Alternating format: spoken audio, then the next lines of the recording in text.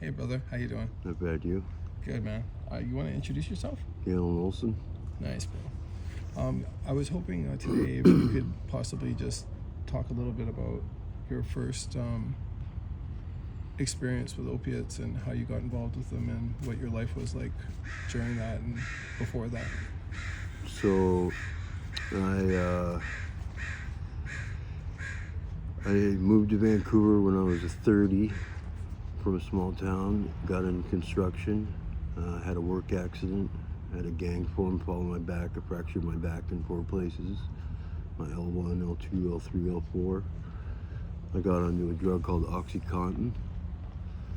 I was taking them at work and stuff like that. I was on a modified work program. What was your job? I was doing farm work. Were you like a worker, a foreman, a supervisor? I started out as a laborer, and then worked my way up to like lead hand, and then worked my way up to a foreman. Oh. And started an apprenticeship program and all that kind of stuff. Nice. And then when I fractured my back, they started me on a drug called Oxycontin, and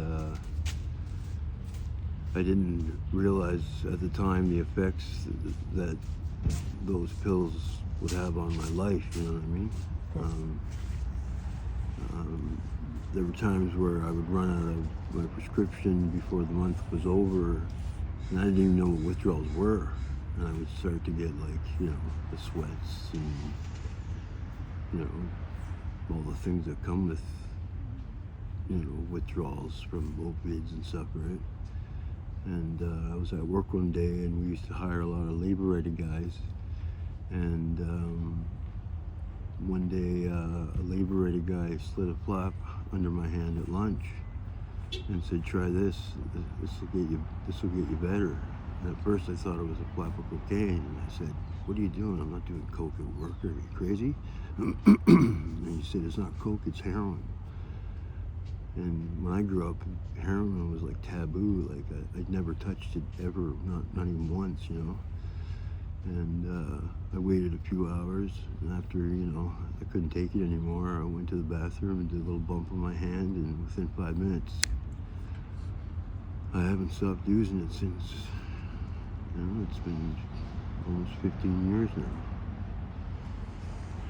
And in that journey from just moving from pharmaceutical prescriptions to the street life of having to do what it takes on the street to get the drugs, what has that journey been like for you? Oh, dude, it's been like, you gotta go from like being, a gentleman into a warrior. You know what I mean? Like the downtown east side isn't for the faint at heart, you know what I mean? And, to last that long down there, I've been through some shit, man. Like, I've been stabbed. I've been robbed. I had 3 guys enter my room while I was asleep, beat me with hammers for 20 minutes, put 90 staples in my head. I still can't function properly with my, face. I've had 3 surgeries on my face just to, so I can open and close my eye. It's not been easy, man. It's not been easy. So, I want you to talk a little bit about your will. Like, we know each other from when we were in addiction together, and we were both trying to show up at a construction site to work, which takes a special kind of breed, you know what I mean, to be wired and to show up at work. So I remember showing up, and you're going to one site with fent patches on your back, and I'm going to the other one, and I'm doing dragons, you know what I mean? And I'm just curious, what was it inside you that made you want to do that? Like, what's driving behind that? What's the, like, what makes you get up in the morning when you have a dope habit and you show up at 6 a.m. and outwork some of the day labor? I'm just sick of the grind downtown and the dangers that come with it. You know what I mean? I'm not a young guy anymore. I'm not 25. I'm not 30. You know what I mean? I'm 45, and I'd like to see my 80s. You know what I mean? And it's just changed so much down there, And I went from starting out you know, snorting it.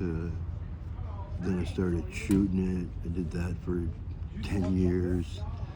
You know, I'm still wired, but I just smoke it now. I haven't, you know, used a needle in 3 or 4 years now. You know, I've managed to get myself out of the court system. You know, I don't have any pending charges anymore. I don't, you know, and I just wanted to contribute to society again, right? But, So, what like, what have you seen with me? Like, what's your ideas about Ibogaine? Like, why are we doing this video? Like, what do you think Ibogaine's gonna? What have you seen with your own eyes, based on how you know me, and like, what do you think it could do for you, just on your own observation? well, I've seen a guy who was like me, different circumstances. Way worse. Yeah. You can say it. I don't mind. Yeah. you know, what you I can mean? say Yeah, it. way worse, way worse. Like, way night and day. worse. Say Yeah. night and day. Night and day. You have to be fair. Yeah. Like, you look at you now. You're Yeah. clean and you navigate. Like, come on, bro. Yeah. I was a nightmare. I was Yeah. talking to zombies. Anyways, this is about you, Navi. Sorry. Yeah, and Yeah. and you know, like fucking, you know, the day I remember the day you showed up at my house, you know, and you played it down, but I could tell that something touched your soul, like something you went through some sort of experience that made you change your entire lifestyle, the way you look at life, the way you look down the road, you know, how you've dealt with your past, how you've come to terms with shit you've done, you know what I mean? I'm still having a problem with some of that kind of stuff too, right? I think that's why I still use and shit, obviously, you know, not to mention I'm still wired, you know what I mean? Like, fentanyl's a fucking different game, man. It's a whole nother fucking ball of wax, man. It's not, you know, it's just, you know, it's a life I don't want to live anymore, man. And after seeing you and the transformation that happened with you, you know, I mean, fucking, that's what I want, man. Fuck, you know what I mean? Like, I want to go back to work and fucking contribute to society and fucking, you know what I mean? Live into my 80s, not fucking into, you know, maybe make 50.